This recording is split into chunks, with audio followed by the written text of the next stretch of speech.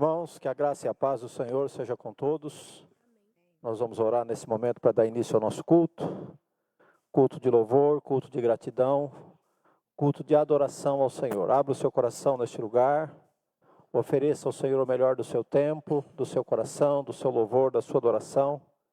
E pode também colocar diante do Senhor as suas mágoas, as suas tristezas, as suas dores, porque Deus está neste lugar para nos socorrer. Vamos orar pedindo a bênção do Senhor. Senhor, nosso Deus e Pai, nós estamos na Tua casa e na Tua presença mais uma vez. Te louvamos, te agradecemos pelo privilégio, Senhor. Reconhecemos que é um verdadeiro privilégio termos a liberdade, Senhor, de nos reunirmos para cultuar o Teu nome. Com liberdade, com alegria nos reunimos, Senhor, em família, para junto oferecermos ao Senhor o nosso culto de adoração neste lugar. Sabemos, Senhor, que juntamente conosco, a Igreja Universal de Cristo, o corpo de Cristo, a noiva de Cristo, cultua o Teu nome, Senhor, em outros idiomas, em outros lugares, de outras formas, Senhor, mas adorando ao Deus, todo o Criador dos céus e da terra. Alguns sequer têm um templo, alguns sequer podem, Senhor, se reunir numa igreja, mas adoram o Senhor porque reconhecem no Senhor o seu Salvador. E nós nos juntamos, Senhor, ao Teu povo, para aqui oferecermos ao Senhor o nosso culto neste lugar. Abençoa cada um dos Teus filhos que aqui chegaram, abençoa, Senhor, cada família aqui representada. Abençoa aqueles que não poderão vir também, Senhor. Se alguém está enfermo, está viajando ou trabalhando, que as Tuas mãos benditas possam alcançar, tocar, curar e guardar o Teu filho, a Tua filha, onde quer que ele esteja. Nós abrimos este culto, Senhor, com este propósito e pedimos que o Senhor olhe para nós, que o Teu olhar esteja voltado, Senhor, para este lugar, para os nossos corações e que possam, Senhor, chegar às Tuas narinas o nosso louvor, a nossa adoração e a nossa oração, como cheiro suave que Te agrade. Envia, Senhor, o Teu Espírito sobre nós, sobre o Teu povo, sobre a Tua igreja. Fala conosco através da Tua palavra, Senhor. Nós precisamos ser edificados. Nós cremos, Senhor, no poder e na verdade da Tua palavra. Nós oramos, abrimos este culto em nome do Teu Filho amado Jesus Cristo, aquele que vive e reina para sempre. Amém. Amém. Pode abrir a sua Bíblia comigo no Salmos 119. Salmos 119. Nós vamos ler do verso 1 até o verso 11. Salmos 119, do verso 1 até o verso 11.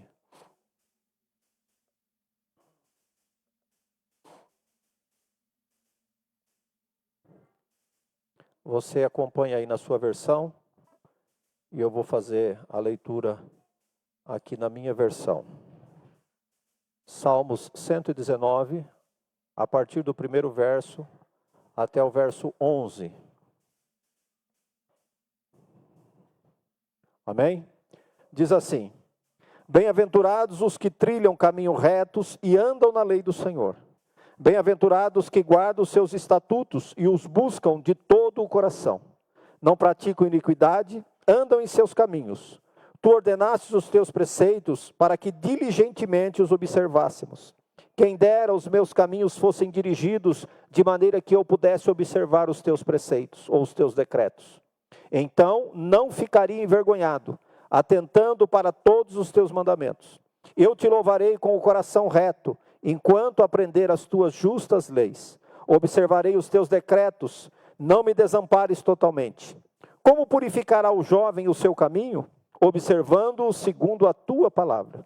De todo o meu coração te busco. Não me deixes desviar dos teus mandamentos. Escondi a tua palavra no meu coração, para eu não pecar contra ti.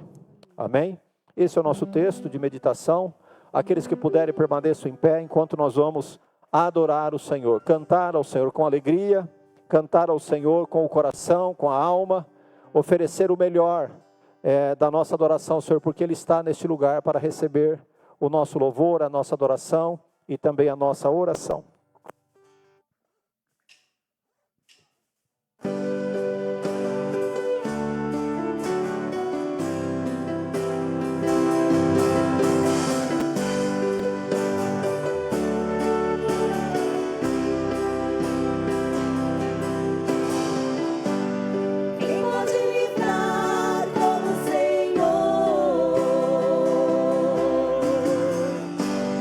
Ele é poderoso pra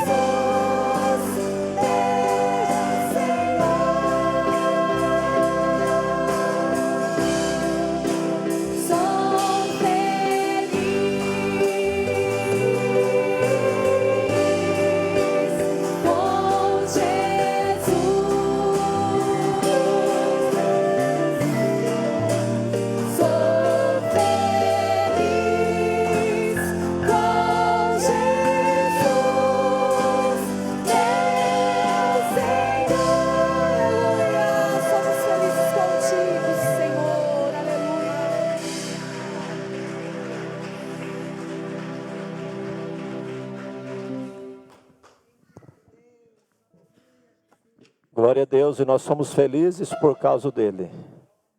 A sua morte, o seu sangue tirou o peso, a tristeza, a angústia, a condenação que nos trazia tristeza e nos deu a liberdade, e agora nós temos a alegria. Glória a Deus por isso. Nós vamos orar pelas ofertas. Você que tem dízimos ou ofertas nesse momento, enquanto nós cantamos o próximo louvor, nós vamos oferecer as nossas ofertas e dízimos ao Senhor. Então quem tem, vamos orar e pedir que o Senhor abençoe as nossas contribuições. Alguém desligou a lâmpada errada. Isso. Senhor nosso Deus e Pai, na Tua casa, na Tua presença, em ato de adoração. Ó Senhor, como nós Te amamos. Como nós somos gratos, Senhor, pelo resgate das nossas almas. Pelo privilégio, Senhor, de adorar o Teu nome, de cantar ao Teu nome, de ter a Tua palavra, de desfrutar, Senhor, do Teu Espírito, da comunhão dos irmãos. Neste ato de adoração, Senhor, recebe do nosso coração, com alegria, em ato voluntário, com desejo, Senhor, de contribuir para a Tua obra, as nossas ofertas e os nossos dízimos agora. Abençoa os Teus filhos, Senhor, cujo coração se abre, cujas mãos se estendem. Abençoa a Tua obra, supre, multiplica esses recursos, supre todas as nossas necessidades, como o Senhor tem feito, porque Tu és um Deus fiel. Abre as portas na vida daqueles que estão em dificuldades e que precisam, Senhor, de uma porta, de um escape, de refrigério na sua área financeira. Abençoa o Teu povo, abençoa a Tua igreja, Pai, em nome de Jesus. Amém. Vamos continuar adorando o Senhor, agora cantando e também ofertando.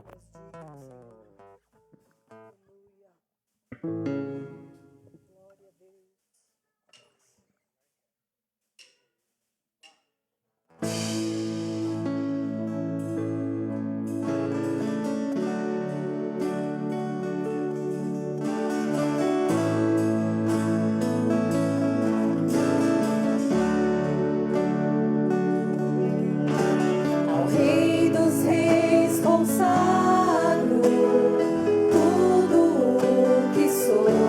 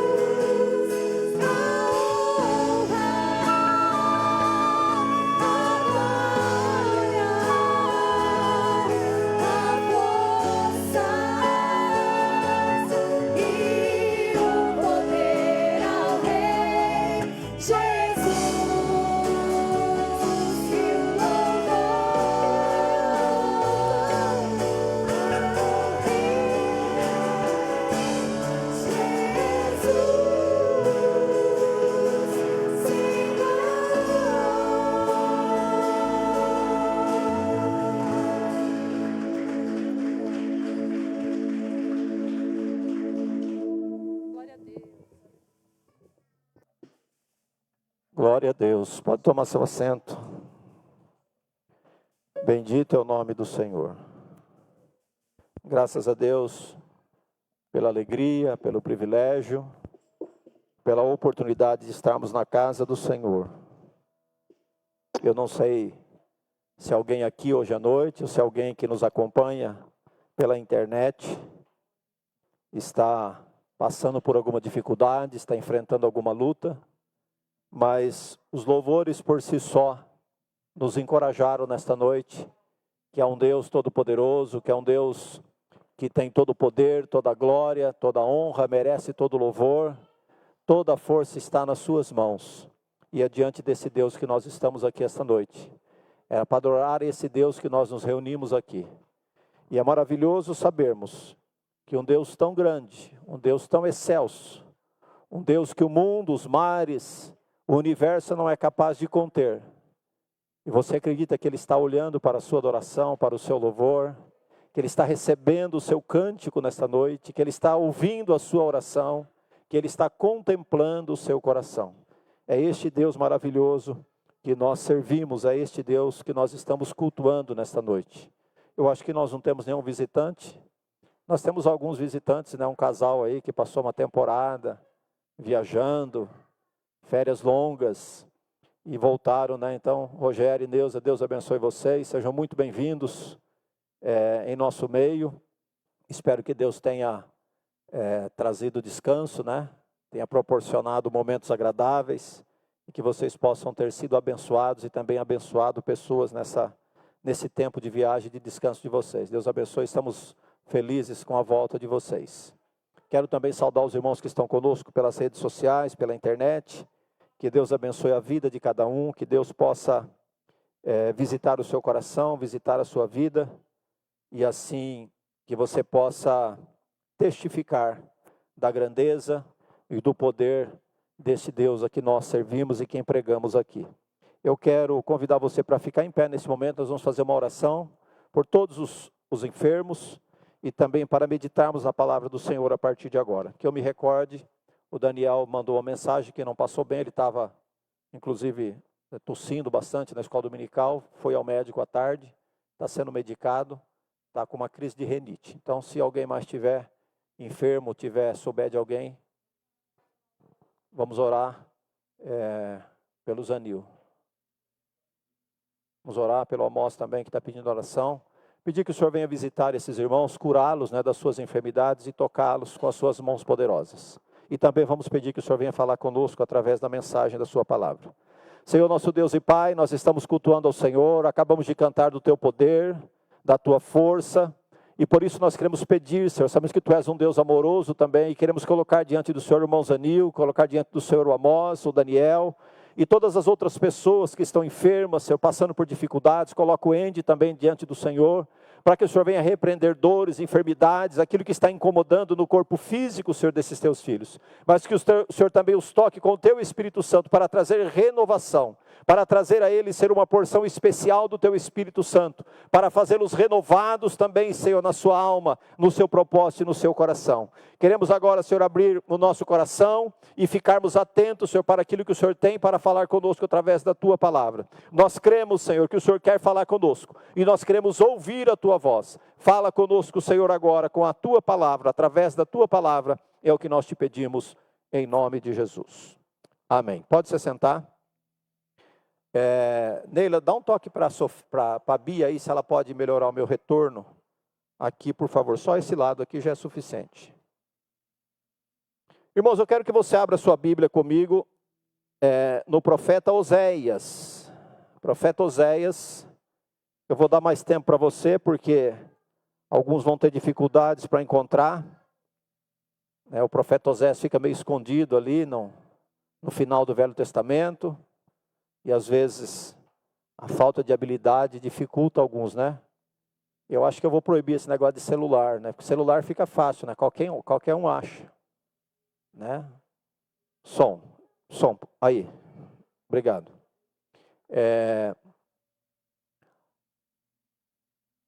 óbvio que não é uma exigência, né? Mas a Bíblia física, né? Ela é diferente, né? Você ter a sua Bíblia. Eu sou assim, quando eu quero ler um texto, eu consigo visualizar a página onde está. Às vezes eu não lembro, é Timóteo, tá, mas eu sei onde está, em 2 minutos, 2 mexidas ali eu já encontro. E hoje, com a facilidade do celular, a pessoa acha até o sermão pronto, né? Quando você fala do verso, já tem até um comentário pronto lá. Nós vamos ler do verso 1 ao verso 14. Preste atenção nessa mensagem, é uma profecia. Oséias capítulo 8, me desculpe. Oséias capítulo 8, do verso 1 até o verso 14.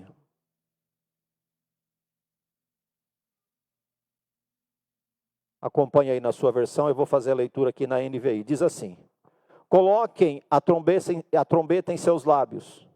É como uma águia sobre o templo do Senhor, porquanto quebraram a minha aliança e se rebelaram contra a minha lei. Israel clama a mim: ó nosso Deus, nós te reconhecemos.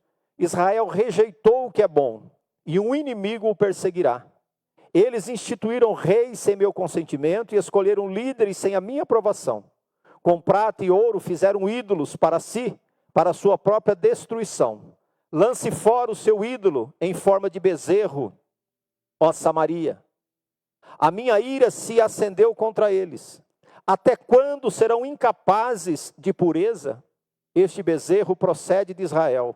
É um escultor que o fez. Ele não é Deus. Será partido em pedaços o bezerro de Samaria. Eles semeiam vento e colhem tempestade. O talo sem espiga não produzirá farinha. Caso produzisse o trigo, estrangeiros o devorariam. Israel é devorado. Agora está entre as nações como algo sem valor, pois eles foram para a Síria. O jumento selvagem mantém-se livre, mas Efraim vendeu-se para os seus amantes. Embora se tenham vendido as nações, agora eu os ajuntarei.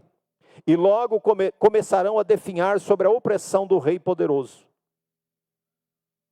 Embora tenha construído muitos altares para ofertas pelo pecado, eles se tornaram altares para o pecado.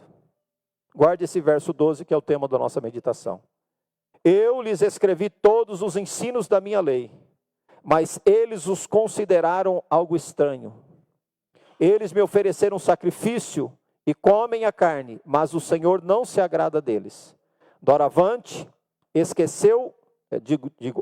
oravante, ele se lembrará da impiedade deles e castigará os seus pecados. Eles voltarão para o Egito. Israel esqueceu seu Criador e construiu palácios. Judá fortificou suas cidades, mas sobre as suas cidades enviarei fogo que consumirá as suas fortalezas.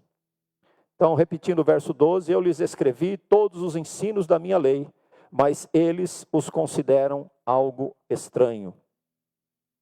Essa profecia é uma queixa de Deus contra a nação de Israel, contra o seu povo. Sabemos que o profeta Isaías, ele foi levantado para profetizar no reino do norte, que é Israel, porque o povo havia abandonado a lei de Deus e passaram a agir, literalmente, o próprio texto fala, né, da prostituição. Eles passaram a agir verdadeiramente como prostituta, é a figura marcante da esposa de Oséias, né, Gomer, a mulher prostituta de Oséias.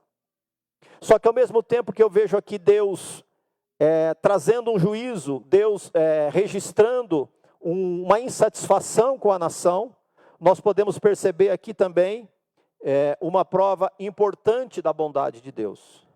Nós conseguimos ver aqui a misericórdia de Deus quando Ele repreende o povo, a nação, pelo seu erro.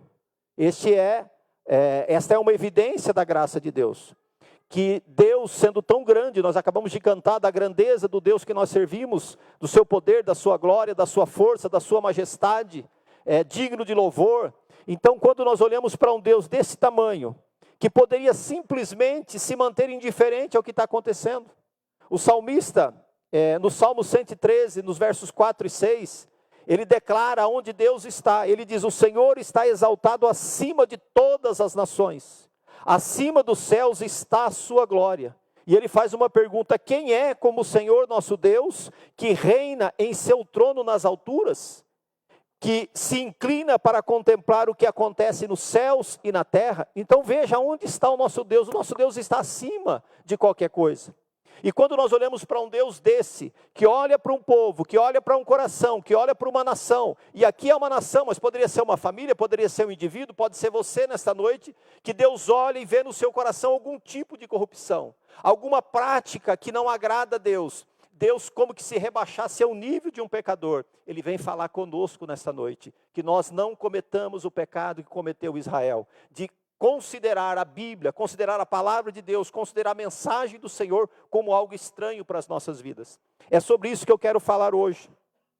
Mas antes de entrarmos no tema, quando eu olho para um Deus então que se curva para ver o que se passa nos céus e na terra, um Deus soberano, um Deus excelso, um Deus grandioso, que se preocupa em corrigir alguém que está errado, que se preocupa em demover alguém de uma escolha que vai levá-lo à ruína, que vai levá-lo ao sofrimento, que vai levá-lo à perdição, eu vejo aí um Deus grandemente amoroso. Eu vejo aí uma prova contundente de o quanto o nosso Deus é um Deus amoroso e o quanto o nosso Deus se preocupa com cada um de nós.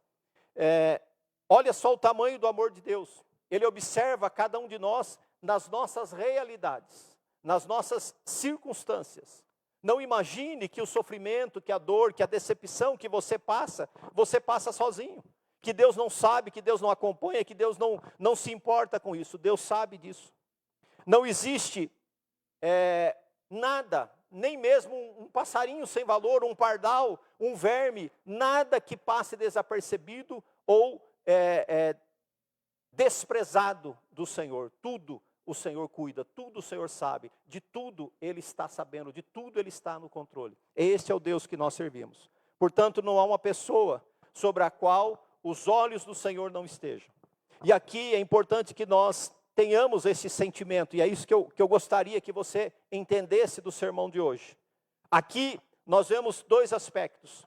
Deus pode olhar para nós, como Ele olhou para a nação, desaprovando, rejeitando o seu comportamento, reprovando o seu comportamento, e Deus pode olhar para nós também, estendendo a mão e nos chamando ao arrependimento, nos chamando para uma mudança de vida, nos chamando para viver conforme Ele quer que nós vivamos, e não conforme muitas vezes o nosso coração enganoso nos conduz, os nossos desejos, os nossos planos pessoais nos desviam da vontade de Deus. Então, se nós nos afastamos dEle, nós também recebemos dele a correção, a repreensão e a desaprovação. Porque, afinal de contas, a palavra de Deus diz que o nosso Deus é um pai amoroso. E qual é o pai que não corrige o seu filho quando o seu filho está no erro, quando o seu filho pratica algo que não é do seu agrado? Então, na verdade, eu até acho que Deus é misericordioso. Eu não vou dizer demais, né, porque eu careço também dessa misericórdia, mas quando eu olho para Deus e para a humanidade, eu estou falando daquilo que nós estamos vivendo hoje, da nossa realidade de mundo, eu não sei porque Deus não exterminou a humanidade. Eu sei, é por causa da sua misericórdia.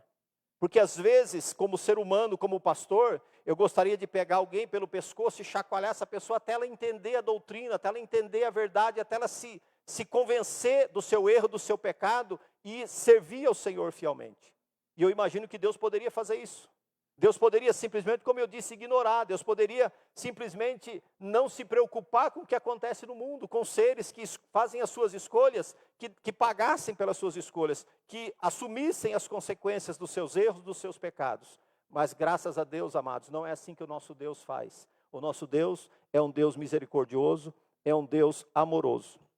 Então, pelo contrário, Ele vem argumentar conosco. E é isso que eu quero destacar com vocês no tema de hoje. O tema da nossa mensagem hoje é o valor da Bíblia, porque é ali que o Senhor nos oferece os seus conselhos. Por isso que o verso 12 que eu escolhi aqui e pedi para vocês guardarem, diz: eu lhes escrevi todos os ensinos da minha lei. Deus não nos ocultou nada, Deus não nos escondeu nada, Deus nos ensinou, Deus nos deixou tudo o que Ele quer que nós façamos. Ele nos declarou toda a sua lei, todo o seu conselho. Mas, infelizmente, muitos consideram isto como algo estranho.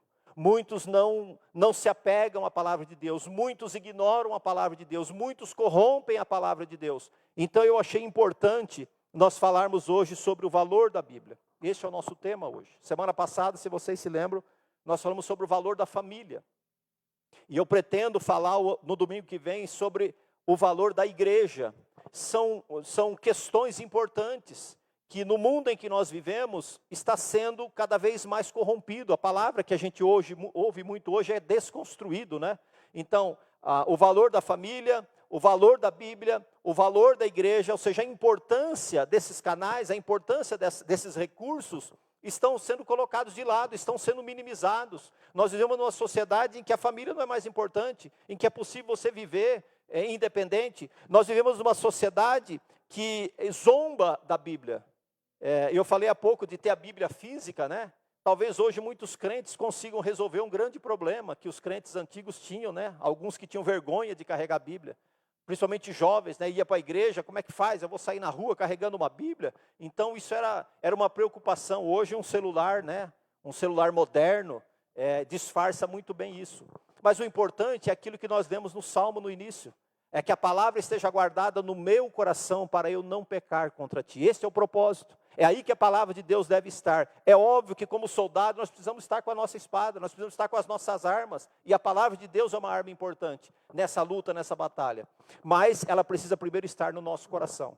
É lamentável, é triste que muitas pessoas manipulam a Bíblia, carregam a Bíblia, falam da Bíblia, mas negam a Bíblia. Mentem a respeito da Bíblia. Então é disso que eu quero falar hoje, desta importância, desses pilares, dessas referências que nós temos, como eu falei a semana passada, da família, hoje eu quero falar da Bíblia.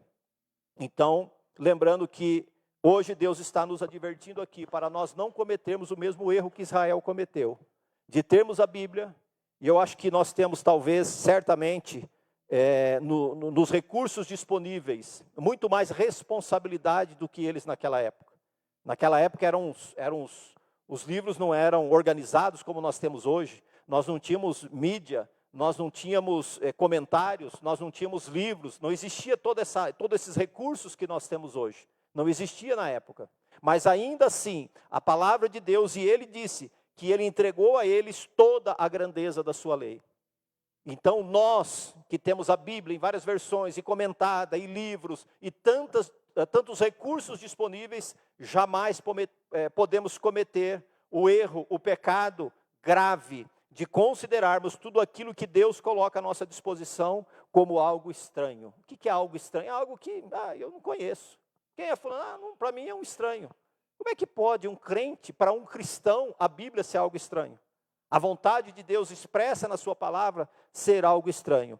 Então que Deus nos guarde de cometermos este pecado. Então é sobre este bendito livro, sobre a palavra de Deus que eu quero falar ao seu coração nesta noite. Eu sei que é um tema amplo, é um tema, na verdade, inesgotável, que muitos pregadores vêm falando, né, através dos séculos a respeito da Bíblia, e ninguém é capaz de esgotá-la, e ninguém vai esgotá-la, porque esta é uma representação da profundidade, da riqueza, do valor desse tesouro, que é a palavra de Deus, que são os seus conselhos, que é aquilo que o Senhor tem para nós. E eu quero, na medida do possível, abordar 3 aspectos, baseado neste texto que nós lemos, ou neste verso 12, que é, primeiro, pensar um pouco sobre o autor, porque o texto diz, eu lhes escrevi, é Deus falando. Então eu quero falar um pouco sobre o autor. Eu quero falar também sobre a mensagem, o conteúdo da Bíblia, porque o texto também fala, eu lhes escrevi todos os ensinos da minha lei. Então vamos pensar um pouco no conteúdo, qual é a mensagem da Bíblia, o que ela tem para nós. E por último, eu quero meditar também sobre o tratamento que a palavra de Deus tem tido nos nossos dias, e que nós possamos fazer uma reflexão como cada um de nós estamos tratando a Bíblia, já que o profeta diz que aquele povo via a palavra de Deus, a mensagem de Deus como algo estranho, como algo com quem eles não se comprometeram. Então, para a gente falar do autor,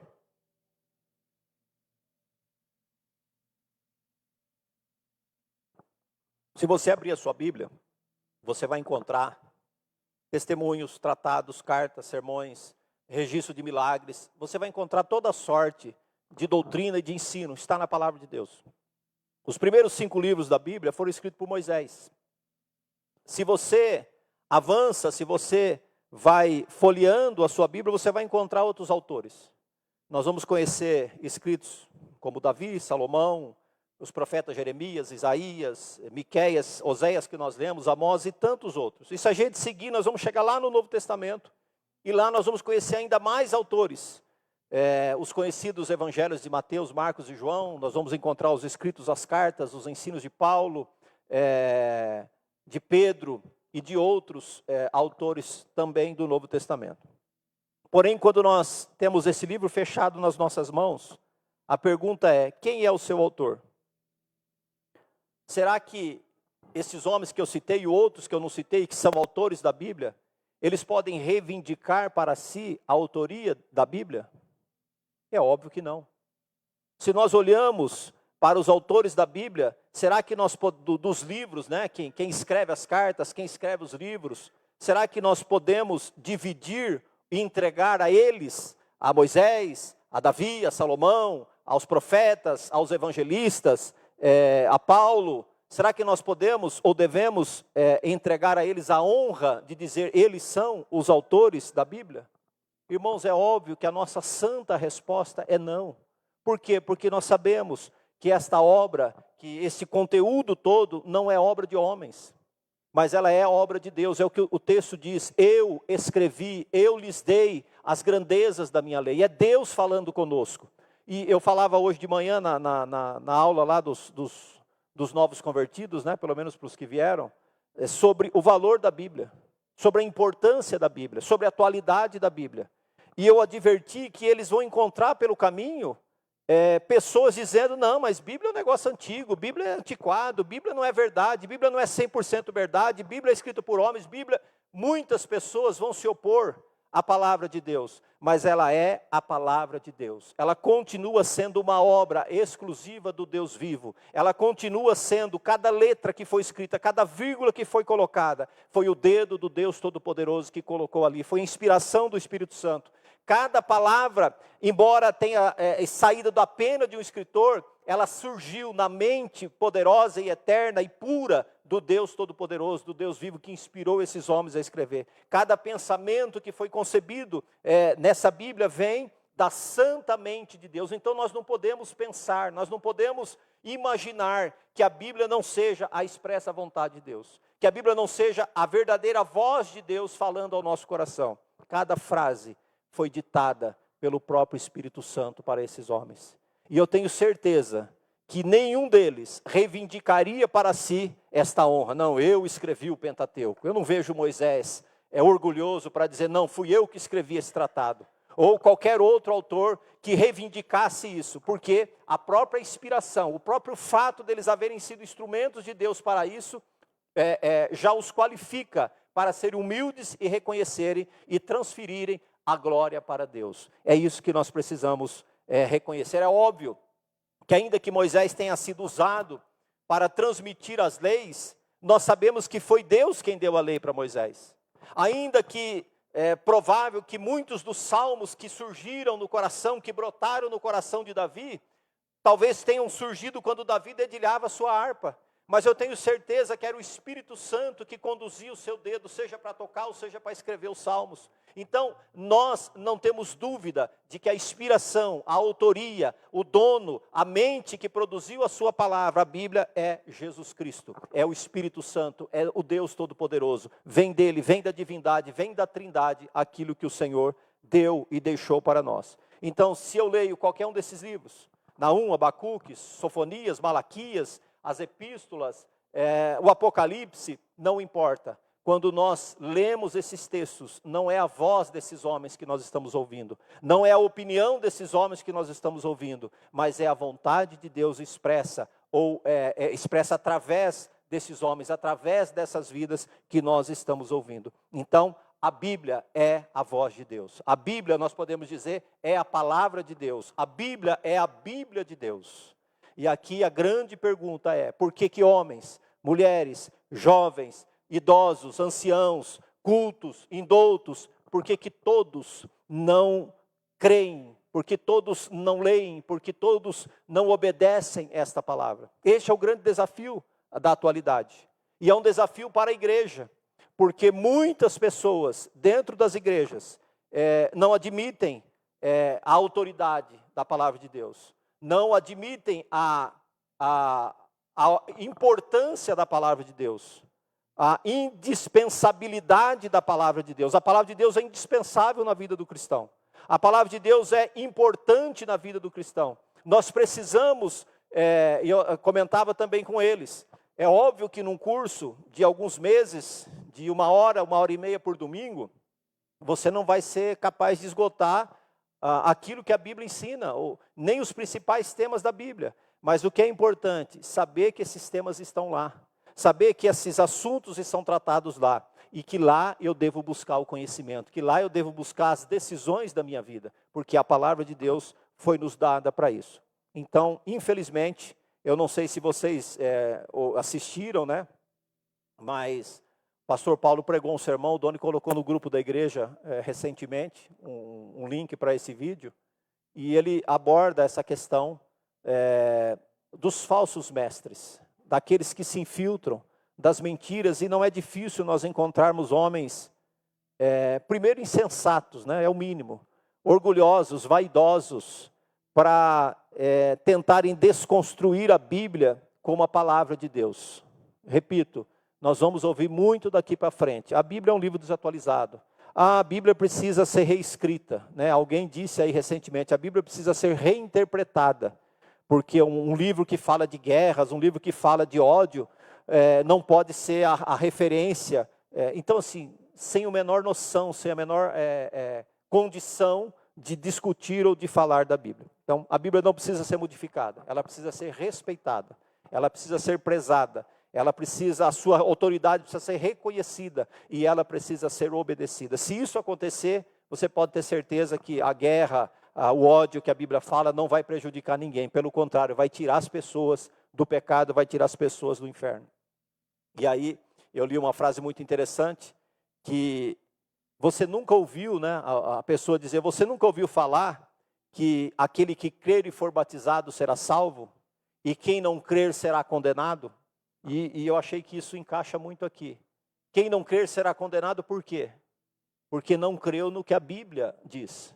Porque não creu na palavra de Deus. Então quem não crê na palavra de Deus, já está dito, está condenado.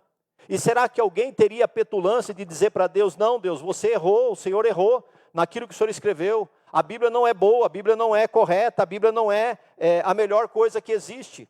Jamais alguém pode corrigir Deus, jamais alguém poderia redarguir Deus a respeito daquilo que Ele escreveu, daquilo que Ele deixou. Então, que nós cristãos tenhamos, no mínimo, o sentimento de agradecer a Deus, de dar graças a Deus todos os dias, porque nós temos a Sua palavra. E às vezes a gente usa aqui a expressão, alguns cristãos, né? Não tem, em alguns ambientes, não tem a palavra de Deus, não tem a liberdade de receber uma Bíblia, de manusear uma Bíblia, de carregar uma Bíblia, e nós tratamos a palavra de Deus com tão pouco valor, porque nós temos em abundância. Como eu disse, nós temos várias versões, nós temos disponíveis. Às vezes o crente vem na igreja e esquece a Bíblia na igreja. Tamanha é a despreocupação que ele tem com a palavra de Deus, mas que nós possamos valorizar a palavra de Deus. E eu quero deixar aqui algumas perguntas para a nossa reflexão antes de nós passarmos para o segundo ponto. Será que vocês leram as suas Bíblias na semana que passou? Pense aí e responda para você mesmo. Será que nós estamos no começo do mês, hoje é dia 6, né? Será que você leu a sua Bíblia já no mês de agosto? Em 6 dias do mês de agosto você já leu a sua Bíblia? Ah, pastor, não deu tempo ainda. Em agosto eu não consegui ler ainda. Será que você já leu a sua Bíblia em 2023? Será que você já pegou a sua Bíblia esse ano para ler? Mas pastor, isso é um absurdo, não é tão absurdo assim. Eu me arriscaria a dizer que tem pessoas que não leram a sua Bíblia, que não pegaram a sua Bíblia para ler, para meditar. Eu não estou dizendo ler a Bíblia toda, é muito bom que você faça isso, mas alguém que tenha intimidade com a Bíblia, alguém que tenha disciplina, alguém que tenha hábito de pegar a sua Bíblia e ler. Se você passou essa semana toda sem ler a Bíblia, você está em perigo. Se você passou até agora esse ano sem pegar a sua Bíblia e reservar algum tempo para falar com Deus ou para ouvir Deus através da leitura da Bíblia, a sua vida está em perigo. E se você então nunca leu a Bíblia, eu vou usar aqui, se você é um pecador que nunca leu a Bíblia, né, para usar a expressão do pastor André, então a sua vida realmente está em perigo. aqueles que nunca leram a Bíblia, estão privados, né, da chave da sua liberdade. Estão privados da chave da sua alegria, da sua esperança, do seu gozo, porque é da palavra de Deus que nós conhecemos, é na palavra de Deus que nós temos a informação de Jesus. Para os crentes que têm Bíblia e que não sabem onde ela está, que não acham a Bíblia, Spurgeon disse uma frase que eu achei interessante. Em algumas Bíblias, há pó suficiente para escrever condenação com os próprios dedos. Então, se a sua Bíblia estiver nessa situação, limpe ela e mantenha ela limpa. Manuseie a sua Bíblia pelo menos uma vez por dia. É tão simples isso. Levante de manhã, leia um versículo. Ou antes de dormir, leia um versículo. Talvez você possa justificar, mas pastor, eu não tenho tempo, meu dia é muito corrido. Eu tenho muitas coisas para fazer. Ok, levante 5 minutos mais cedo e leia um versículo antes de sair. Você vai dormir? Antes de se deitar, atrase 5 minutos o seu repouso e leia um versículo da Bíblia. Isso não vai mudar nada, a sua rotina, a sua agenda, mas vai mudar tremendamente a sua vida, a sua alma e o seu coração. Então vamos lá, a palavra, eu lhes escrevi, então Deus escreveu, a palavra é dele. Nós não devemos contestar, nós devemos obedecer, porque foi Deus quem nos deixou. E aí o segundo tópico é os ensinos da minha lei. O que é que Deus deixou para nós? Os seus ensinos. A lei dele, a vontade dele, os preceitos dele.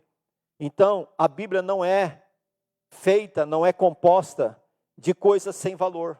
Muito pelo contrário, a Bíblia é uma enciclopédia grandiosa, de grande valor. Na Bíblia não tem nada que não seja importante. A gente sempre fala aqui, né, quando a gente vai estudar. Essa semana, por exemplo, na minha leitura devocional, ou na minha leitura sistemática, eu li 2 Crônicas, do capítulo 1 até o capítulo 12. Quem já passou por lá deve saber, né, como é desanimador você ler toda aquela genealogia, quem gerou quem, que foi filho de quem, que gerou fulano. Mas está lá, se está lá é porque tem uma importância.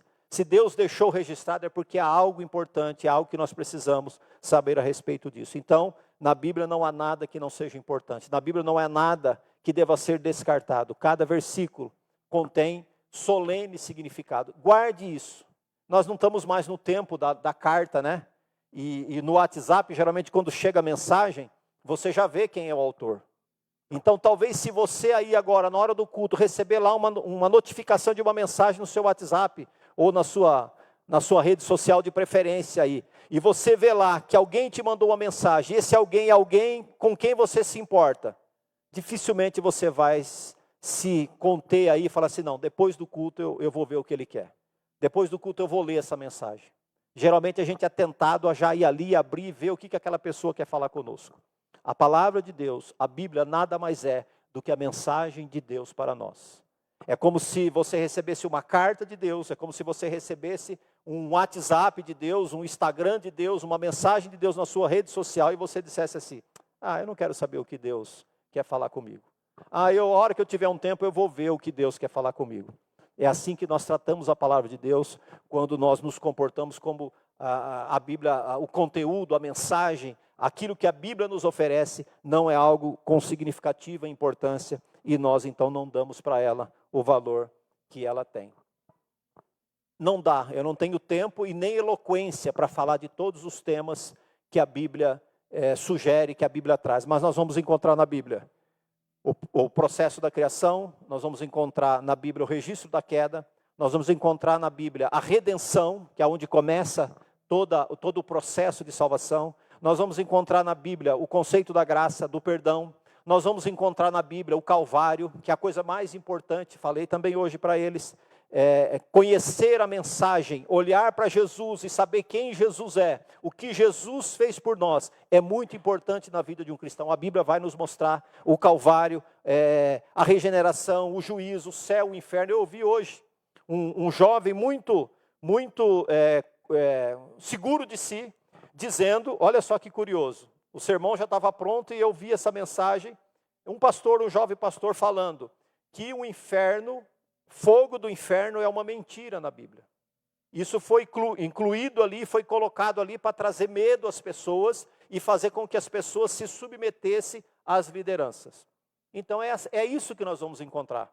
Pessoas descaracterizando a mensagem da Bíblia, desvalorizando a mensagem da Bíblia, negando a mensagem da Bíblia. Quando a Bíblia fala de céu, a Bíblia fala de inferno, a Bíblia fala de vida eterna. Então são vários temas importantes. E eu repito, falar de todos esses temas exige muito tempo. E eu quero então resumir aqui, numa frase de um velho pregador. Confesso que eu não sei quem é, mas ele disse uma vez algo assim: olha, se você pregar os 3 R's, Deus abençoará o seu ministério. E alguém perguntou para ele assim: mas o que são os 3 R's? E ele disse então: o primeiro R é ruína, o segundo R é a redenção, e o terceiro R é a regeneração. E eu creio que essas 3 palavras, né, ou esses 3 R's na linguagem desse velho pregador, resume uma parte muito importante da teologia bíblica. Então o primeiro R é ruína. O que significa ruína? Significa que todos nós fomos arruinados na queda. Todo ser humano foi arruinado na queda. Quando Adão pecou contra Deus, quando ele desobedeceu a ordem de Deus, quando Eva e Adão desobedeceram a Deus, eles caíram, eles foram arruinados, e assim toda a raça humana foi arruinada com eles. Todos se perderam quando Adão pecou. Quando Adão ele comete o pecado, a comunhão entre ele e Deus, o ambiente, a comunhão sem pecado, de pureza entre ele e Deus, se rompe. E todos nós sofremos com isso. Todos estamos arruinados pelas nossas próprias transgressões. Todos estamos arruinados pelos nossos corações perversos e pelos maus desejos que habitam o nosso coração. Todos nós estamos arruinados, a menos que encontremos Cristo Jesus. Este é o resumo do primeiro R. A ruína do pecado destrói. A ruína do pecado leva o homem, a mulher, o jovem, o sábio, todos à perdição, a menos que nós encontremos a Cristo e Ele então nos conduz ao segundo R, que é a redenção. Em Cristo Jesus nós somos redimidos pelo seu sangue, como o sangue de um cordeiro sem mancha e sem defeitos. Foi por isso que nós somos redimidos, porque Ele não tinha defeito, Ele não tinha pecados e nós tínhamos. Então em Cristo os nossos pecados foram redimidos. Nós somos redimidos pelo seu poder, nós somos redimidos pelos seus méritos, nós somos redimidos pelo seu amor. Então, por causa de Jesus, a redenção veio a nós, o resgate veio a nós, o perdão veio a nós e a salvação veio a nós. Então, em Cristo Jesus, de arruinados, nós nos tornamos regenerados ou redimidos e, por último, regenerados. Se nós somos perdoados por Cristo, nós somos também regenerados pela obra do seu Espírito. Se nós somos salvos pela obra de Cristo, nós somos então santificados, regenerados pela obra do Espírito Santo nas nossas vidas. E aqui é uma coisa que o mundo nos vende muito bem embrulhado e tem enganado muitas pessoas. Nós podemos ser tão bom quanto quisermos. Isso não faz de nós pessoas regeneradas. Nós podemos servir a Deus de várias maneiras, como nós quisermos. Isso não faz de nós pessoas regeneradas. Se nós não tivermos sido regenerados, se nós não tivermos nascido de novo, se nós não tivermos um novo coração, se nós não tivermos uma nova vida, nós ainda estamos no primeiro R, nós ainda estamos em ruína. Então, eu acho que esse é um pequeno resumo do Evangelho que esse velho pregador usava, e eu acho que isso resume a ruína, a redenção e a regeneração que nós podemos ter em Cristo Jesus. Eu acho que foi essa semana, eu compartilhei com vocês no grupo um pensamento que diz que a Bíblia nos ensina a melhor forma de viver, a forma mais nobre de sofrer e a forma mais confortável de morrer. E quando você fala de morte, geralmente as pessoas rejeitam, mas é inevitável. Nós sabemos que a cada tic-tac do relógio, a cada passo que nós damos, a cada dia que nós passamos, cada hora que passa, nós estamos inevitavelmente caminhando, avançando para a sepultura. E a palavra de Deus, a Bíblia, é o único livro capaz de nos tornando nova criatura, de nos tornando regenerados por Cristo, saber para onde nós estamos indo quando nós morrermos. Esse é um grande conforto e só a palavra de Deus pode nos dar. É só na palavra de Deus que nós encontramos o caminho. E nós sabemos, porque a palavra de Deus nos garante, que quando nós temos Cristo, quando nós somos regenerados, como nós somos novas criaturas, quando nós morrermos, nós sabemos para onde nós iremos. Nós seremos, né? A palavra de Deus diz que nós seremos recebidos para viver num céu de gozo, de amor, de eterna comunhão com Deus. Seremos recebidos de braços abertos para vivermos longe do pecado, longe da presença do pecado, longe da dor e longe de todas as consequências do pecado. Seja arrependimento, seja sofrimento, seja dor, seja angústia, seja qualquer sentimento que o pecado pode nos trazer. E eu não sei quanto a você, mas essa esperança faz arder o meu coração.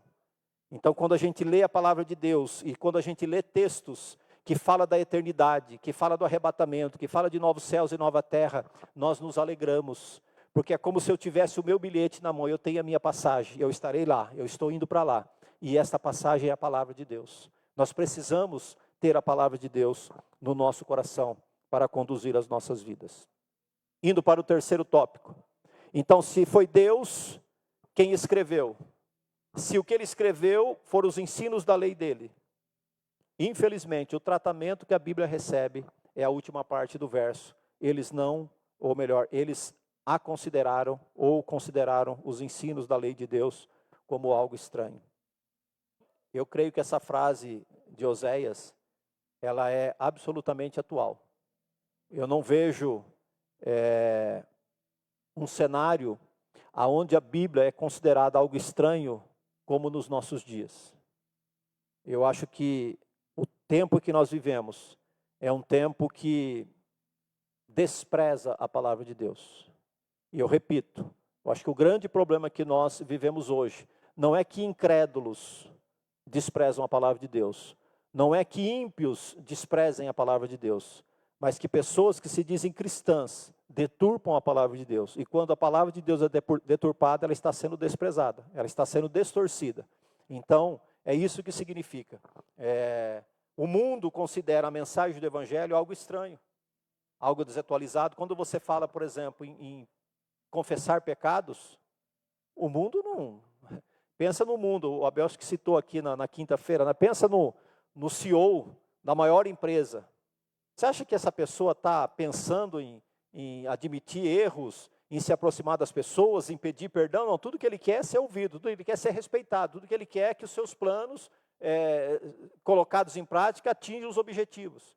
E quando a Bíblia vem com uma mensagem que você tem que se humilhar, que você tem que servir o seu próximo, que você tem que pedir perdão, que você tem que ser honesto. Olha que absurdo, você precisa ser honesto, isso é coisa da Bíblia, isso é coisa ultrapassada, né? O mundo é dos espertos, é assim que você cresce, é assim que você ganha, é assim que você se dá bem. Então esse é o mundo que nós vivemos. E quando você pega o manual de Deus que fala em tudo isso, que você tem que se arrepender, que você tem que confessar pecado, que você tem que amar o seu inimigo, que você tem que ajudar o seu próximo, é uma mensagem realmente estranha para esse mundo capitalista, para esse mundo corrompido, para esse mundo que só busca e deseja os prazeres, a satisfação da carne. É óbvio que é uma mensagem estranha. E até por falar nisso, um dia desses eu falava da salvação com uma pessoa, e ela falou para mim, que é muito comum a gente ouvir, né?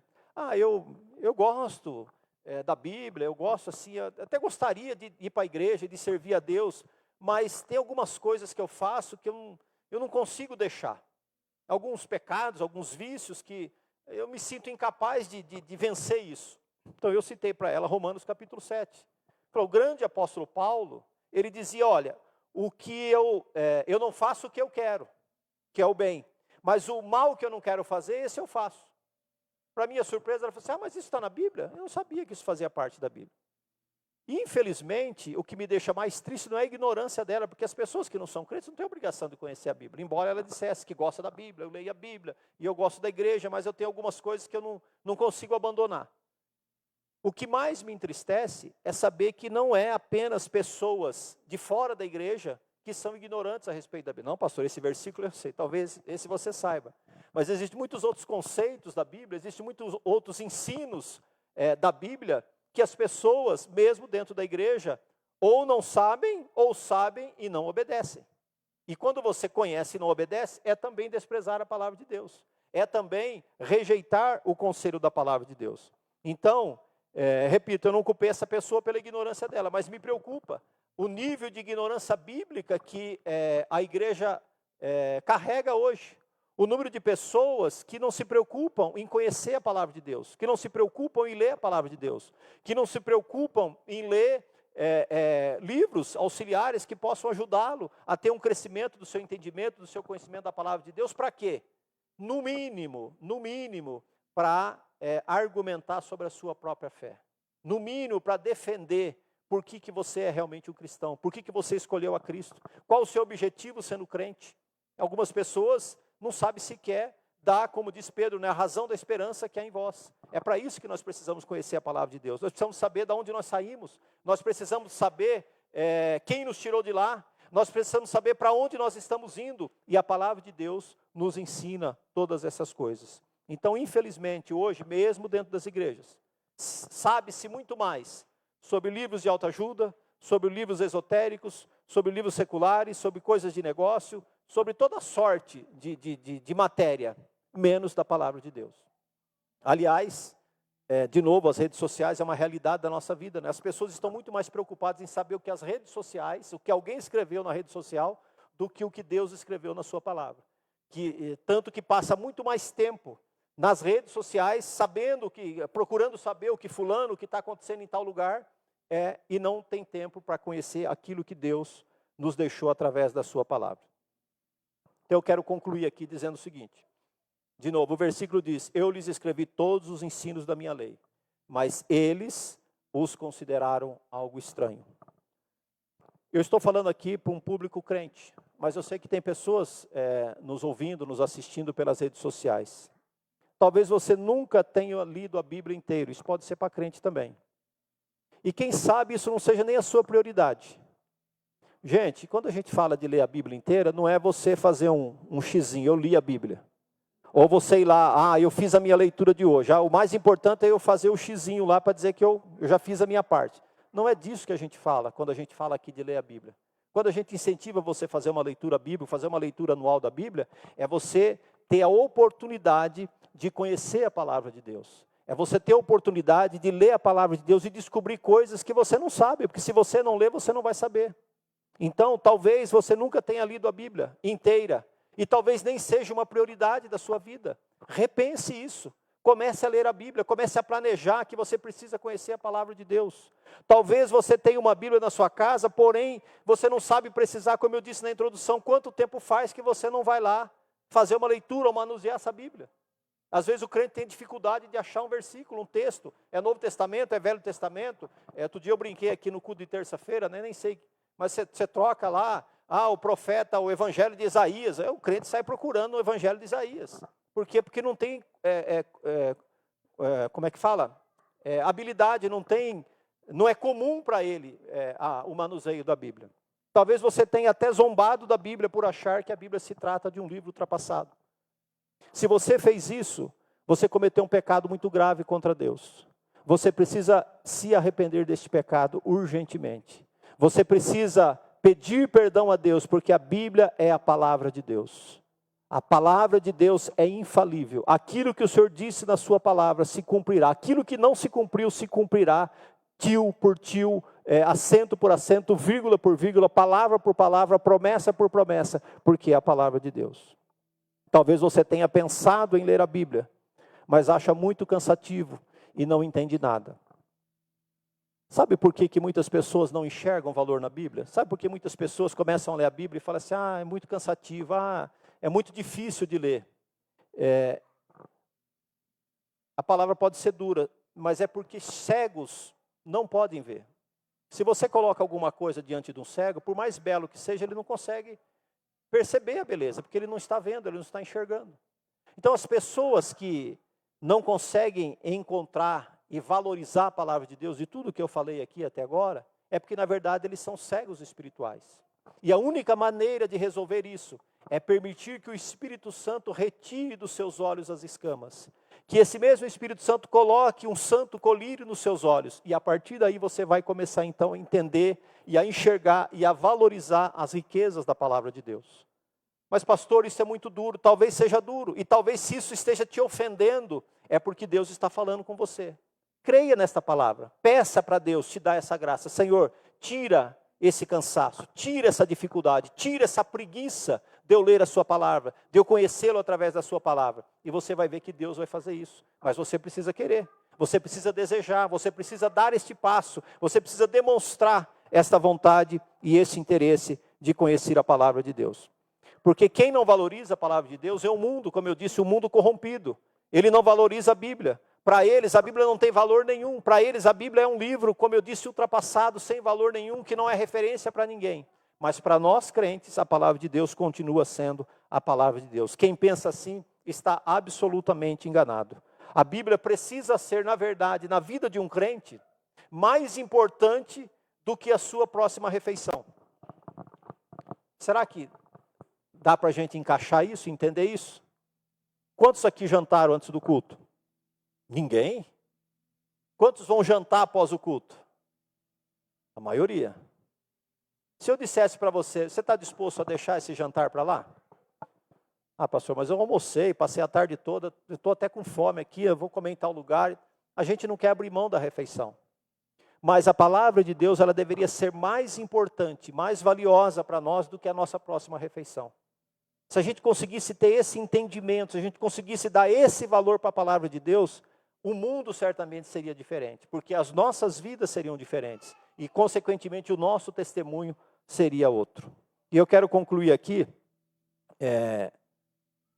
o verso é Lucas capítulo 9, versículo 26, Jesus falando.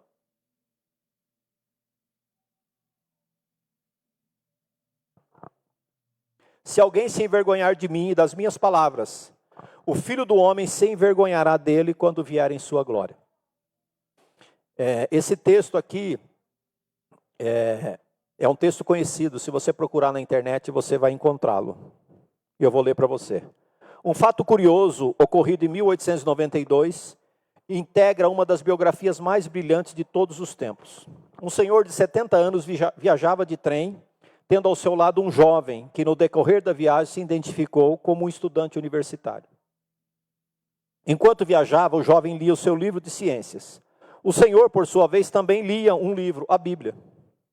Quando o jovem percebeu que o livro que o senhor lia se tratava da Bíblia e estava aberto no Evangelho de Marcos, sem nenhuma cerimônia, interrompeu a leitura do velho e perguntou: o senhor acredita mesmo nesse livro ultrapassado, cheio de fábulas e crendices? Sim, mas não é um livro de crendices, é a palavra de Deus. Estou errado? Respondeu o senhor. Mas é claro que está, respondeu o jovem.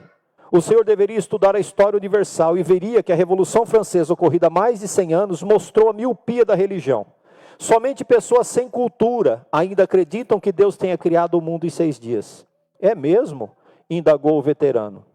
E o que pensam e dizem os nossos cientistas sobre a Bíblia?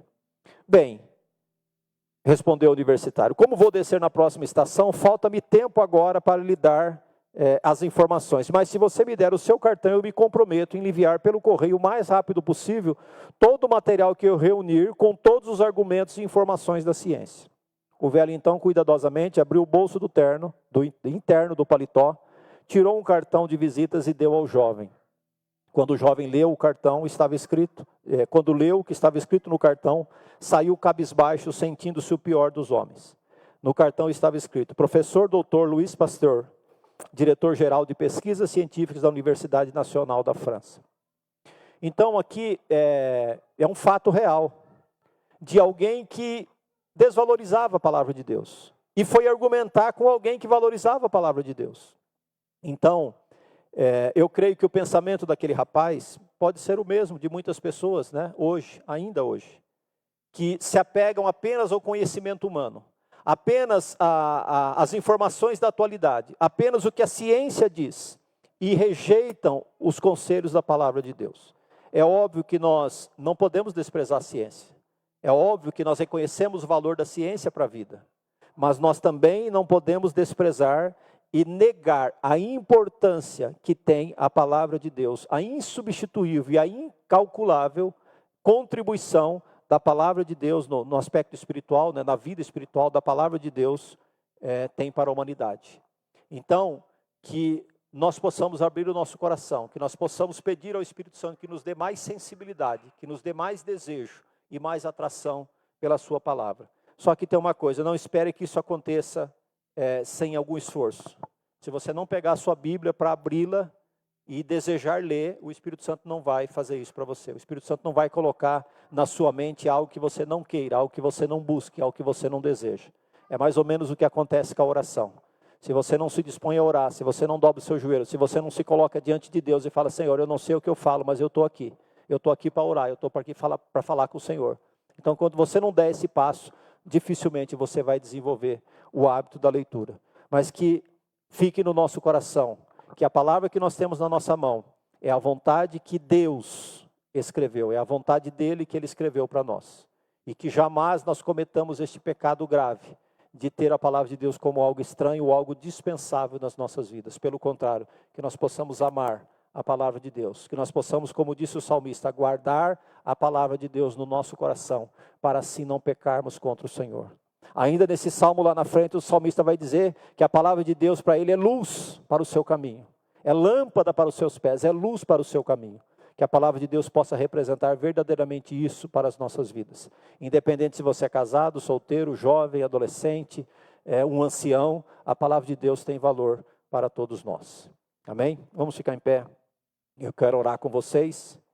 E esse louvor que nós vamos cantar agora, eu pedi para que o louvor, se fosse possível, cantasse ele para que nós pudéssemos refletir um pouco ainda sobre a importância da Bíblia. Não despreze a palavra de Deus, ela é o conselho de Deus para a sua vida. Senhor, nosso Deus e Pai, nós sabemos que a sua igreja, Senhor, e nós como cristãos devemos enfrentar dias difíceis, conturbados de oposição, de homens e mulheres escarnecendo da tua palavra, de meios de comunicação, Senhor, distorcendo a tua palavra, corrompendo a tua palavra, para corromper os corações, para corromper as convicções, que nós possamos guardar a tua palavra no nosso coração.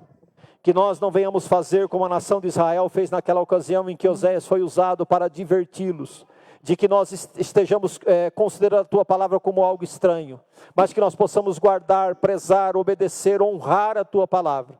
Que os traços do Senhor, da operação do Senhor, do teu Espírito, do quebrantamento, da humildade, do serviço, possam ser percebidos, Senhor, nas nossas vidas. Que as pessoas lá fora, Senhor, reconheçam em nós, que a nossa vida, Senhor, seja pautada pela tua palavra. Que nós respeitamos, amamos e vivemos de acordo com a tua palavra. É o que nós te pedimos, Senhor. E pela fé te agradecemos, em nome de Jesus. Amém. Vamos cantar com alegria.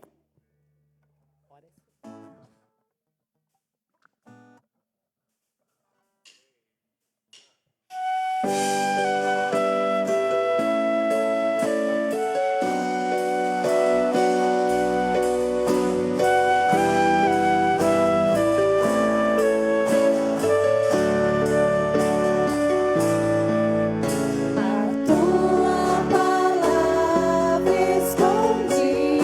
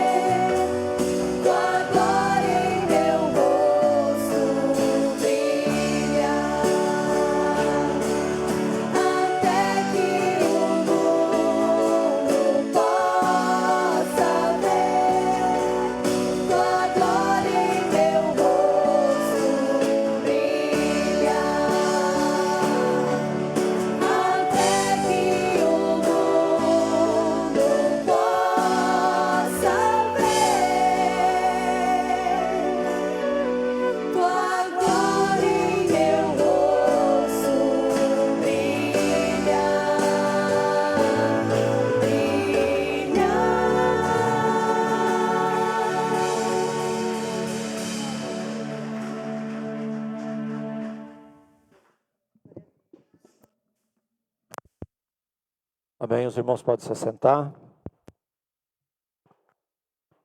É só a palavra de Deus que pode purificar, né, o coração do homem. Glória a Deus. Vamos aos avisos da semana. Terça-feira, culto de oração às 19h30. Quarta-feira, às 8 horas da manhã, jardim de oração. Quinta-feira, 19h30, culto de ensino. Nós estamos estudando as epístolas pastorais. Está sendo uma bênção. Não perca a oportunidade de aprender a palavra de Deus. Domingo na escola dominical também às 8h30 da manhã. A próxima lição será a desconstrução da feminilidade. Hoje foi estudado a desconstrução da masculinidade. O nosso mundo atual tem desconstruído o papel do homem, a masculinidade, a responsabilidade, a atuação. Tudo isso tem sido contaminado e desvirtuado. E na semana que vem nós vamos estudar a desconstrução do papel feminino, do papel da mulher. E à noite é a ceia do Senhor, né? Domingo, então, às 19 horas, será o culto da ceia, o culto da comunhão. Essa semana tem Clube da Luta, então, quarta-feira, às 20 horas, a garotada esteja aqui. Parece que vocês têm aí um filme para assistir, né? Então, não esqueçam de assistir o filme, que o debate vai ser em cima do filme que vocês receberam lá para assistir. Então, quarta-feira, às 8 horas. Culto de evangelismo, né? O culto evangelístico, então, desse mês será na rua Paulo Leivas Macalão, 274, no Parque Ster. Então, sexta-feira, às 19h30, é o nosso culto evangelístico. Nós estaremos lá, se organize para estar lá, às 7h30. É na casa da sua sogra, Bel? Então, para quem não conhece, é na avenida, que desce lá, na Paulo Macalão, que desce lá para o Parque Ster. É mais ou menos na metade do percurso, ali na frente do mercado, é o número 274, onde nós teremos o nosso culto. Ore durante a semana para que Deus possa falar aos corações, para que Deus possa abençoar os louvores, abençoar a mensagem e alcançar vidas que estarão ali neste culto. Domingo também às 8h30 da manhã, aula dos catecúmenos, né? Então os irmãos que estão se preparando para o batismo, hoje nós tivemos 2 baixas, né? Justificadas. Então os irmãos estejam aqui às 8h30 para nós darmos sequência no nosso estudo. Projeto CT na comunidade, os irmãos já sabem o procedimento, as irmãs que estão responsáveis pelo projeto. Aliás, tem bastante coisa lá na sala, se puder levar lá para a Vilania essa semana, já desocupar as doações que estão aí. Amém? Aniversariantes, né? Nós temos um aniversariante, o jovem, né? Aniversariou essa semana, já não é mais jovem, né? Já está ficando jovem, maduro. Vamos orar pela vida do Johnny, vamos ficar em pé neste momento, orar pela vida do Johnny, que aniversariou essa semana. Que Deus possa continuar segurando as suas mãos, guiando os seus passos, trazendo sabedoria, maturidade e crescimento espiritual para a vida do Johnny. Quero agradecer aos irmãos que estiveram conosco pelas redes sociais, que Deus abençoe sua vida, sua família, a sua semana em Cristo Jesus. Vamos orar pelo Johnny e vamos orar também agradecendo a Deus, encerrando o nosso culto desta noite. Senhor nosso Deus e Pai, queremos apresentar ao Senhor o Johnny, agradecer por mais um ano que o Senhor tem dado, Senhor, de vida ao teu filho. Que o Senhor possa continuar guardando os seus passos, firmando ele, Senhor, na tua presença, usando ele como instrumento nas tuas mãos. Que ele possa ser um filho, que ele possa ser um obreiro, que ele possa ser um pai, um esposo, que ele possa ser um profissional, Senhor, exemplar para a glória do teu nome. Que onde ele estiver, a luz do Senhor possa brilhar na vida dele e que ele possa testemunhar do teu poder e daquilo que o Senhor tem feito também na vida dele. Te louvamos por esta noite, te agradecemos, Senhor, pelo culto de hoje, pelas pessoas que estiveram conosco, pelos irmãos que estão nos acompanhando pela internet. Pedimos que a tua bênção esteja sobre o teu povo, guardando, livrando, Senhor, e fortalecendo, Senhor, a vida, a força e a caminhada de cada um. Que nós possamos amar, que nós possamos prezar e que nós possamos obedecer a tua palavra, Senhor. É o que nós te pedimos em nome de Jesus. Que o amor de Deus, o nosso Pai, que a graça de Jesus Cristo, nosso Salvador, e a comunhão do Espírito Santo, nosso Consolador, esteja com todos, desde agora e para sempre. Amém. Que Deus abençoe a todos em nome de Jesus.